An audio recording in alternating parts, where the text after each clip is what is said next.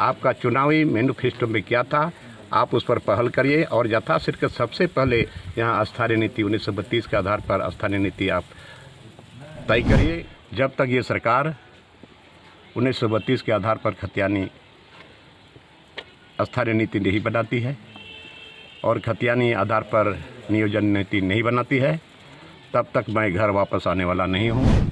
कि last April तक में अगर घोषणा नहीं होता है तो 5 मई को मैं आह्वान किया हूँ। 5 मई को पूरा फर्स्ट फेज में, 5 मई को पूरा झारखंड बंद, और ये हमारा प्रस्तावित कार्यक्रम था। सबसे पहले मैं भोगनाडीह जाऊँगा, सिद्धू कान्हू के वंशज से मिलूँगा और उसके साथ साथ वहाँ पर हम पूजा अर्चना करेंगे और फूल माला पहनाएंगे और हम आशीर्वाद मांगेंगे।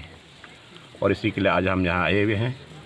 और हमने सुबह उठते ही सबसे पहले सिद्धू कान्हू, चांद भैरव, बिरसा मुंडा, फूलो झानो, सारे लोगों को मैंने उठते ही पैरों पर प्रणाम किया है।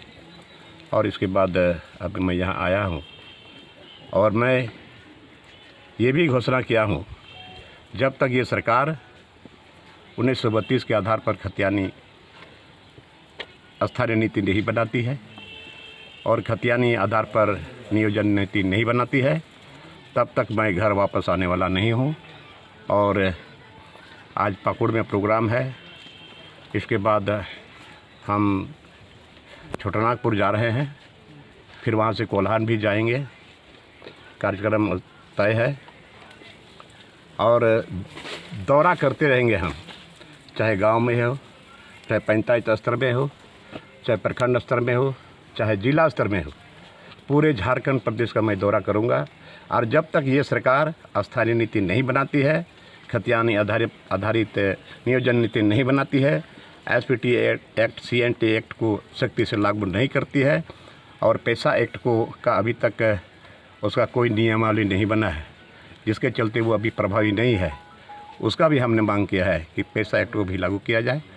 और यहाँ जितने बेरोज़गार हैं, यहाँ के युवकों को कैसे नौकरी मिले, क्योंकि ये मैं नहीं बोल रहा हूँ, ये सारा चुनावी एजेंडा में था, चुनावी मैनिफेस्टो में था।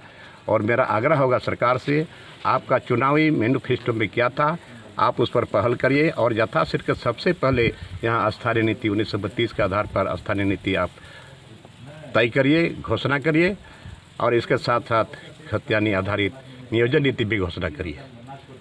और जब तक ये घोषणा नहीं होगा तब तक मैं घर वापस आने वाला नहीं। आपने कहा घर वापस नहीं, कितना दिन तक?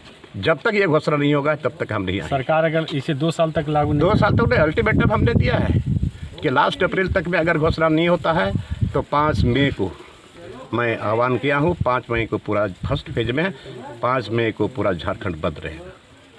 इसके बाद फिर आगे की रणनीति तय करेंगे, हमारे समर्थकों से हम बात करेंगे, वो सारे लोग मिल करके। .in like, share and subscribe. www.thefollowup.in